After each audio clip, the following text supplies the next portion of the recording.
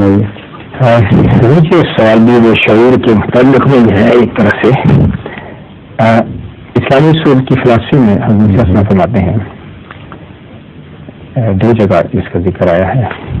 ایک تو پہلے یہ ہے کہ خدا تعالیٰ کی راہ میں قربانی دے کر اور اپنے تمام وجود اس کی راہ میں وقف کر کے اور اس کی رضا میں محو کر کے اس وجہ سے دعا میں لگے رہتے ہیں کہ تا جو کچھ انسان کو روحانی نعمتوں اور خدا کے قرب اور وصال اور اس کے مکالمات اور مخاطبات میں سے مل سکتا ہے وہ سب ان کو ملے. تو یہ مکالمات اور مخاطبات کے سلسلے میں آگے چل کے فرماتے ہیں کہ اسلام سے ہمارے نفسانی جذبات پر موت آتی ہے اور پھر دعا سے ہم اثر نو زندہ ہوتے ہیں. اس دوسری زندگی کے لیے الہام الہی ہونا ضروری ہے. یہاں پر یہ بھی لکھا ہے کہ دعا میں لگے رہتے ہیں تاکہ ان کو سب مکالمات اور مخاطبات میں سے حصہ ملے. لیکن یہ کافی والی بات کرنی چاہیے. پہلی باری یہ یہاں شروع ہوتی ہے. یہ آیات سمجھا رہی ہیں کہ خدا صراط المستقیم غیر المغضوب علیہم ولا الضالین.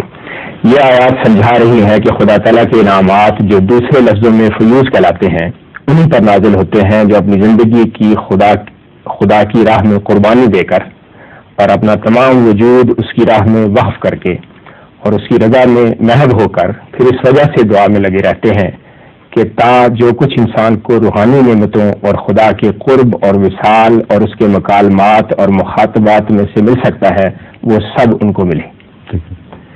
تو اس لیے جو پہلا آپ کا فکر تھا وہ غلطی پیدا کرنے والا تھا کہ گویا الہام کی نیت سے کہ ہم پر الہام ہو وہ محنتیں کرتے ہیں. یہ نہیں ہے.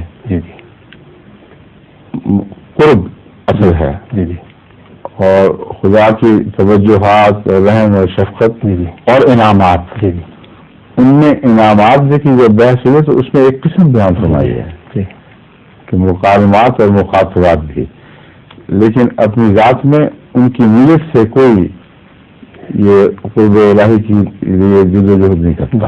سمجھیں؟ اور اس کا دوسرا نام فیوز بھی ہے جس کا مطلب یہ ہے کہ لازم نہیں ہے کہ ہر شخص کو اس طرح الہام ہو جس طرح عرفیام میں سمجھا جاتا ہے، بلکہ فیوز کا نزول ہی دراصل اللہ کی طرف سے الہامات کی صورت اختیار کر لیتا ہے یا الہامات خدا کے فیوز کی صورت اختیار کر کے نازل ہوتے ہیں. یہ ہے اصل مفہوم. اب سوال کیا ہے؟